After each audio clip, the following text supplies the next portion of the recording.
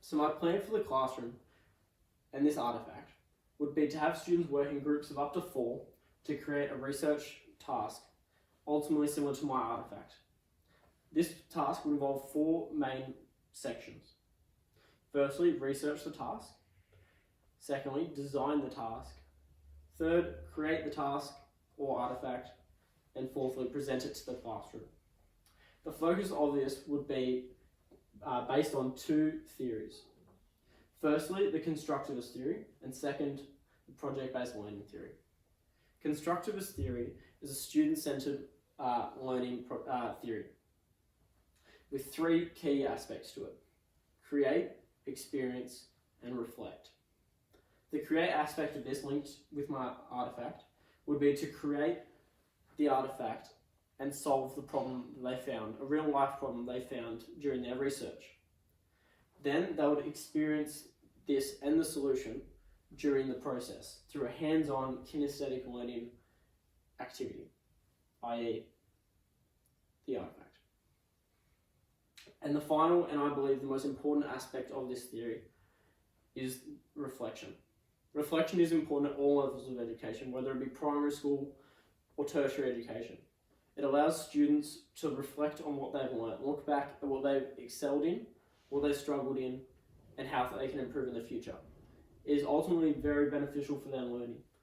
In terms of this task, that would look like the presentation, where students have to share their learning with the class and how they worked with their team. The second theory I would use is a project-based learning theory. This is very similar to constructivist theory, but has a far greater focus on the project. It focuses on how students can look at real-life problems through research and create a solution through a product. The focus isn't necessarily on the product and the final look, it's more on the process in between. The belief is that through through the different stages, students can learn many important skills. For example, through the research, students can look at the important things that need to be solved in the world. They can understand how their theoretical knowledge can be applied to solve things. Another key thing for this, as a teacher, it would be that I can incorporate different KLAs at different stages. For example, again in the research task section, I could incorporate the PDHPE KLA with a focus on creating a healthy community. I could ask the students what it would look like to create a healthy community, what they would need in that healthy community, and how they create it on their research task. They would then shape how they research the task and the information they use. Now moving on to a very important aspect of all education, safety.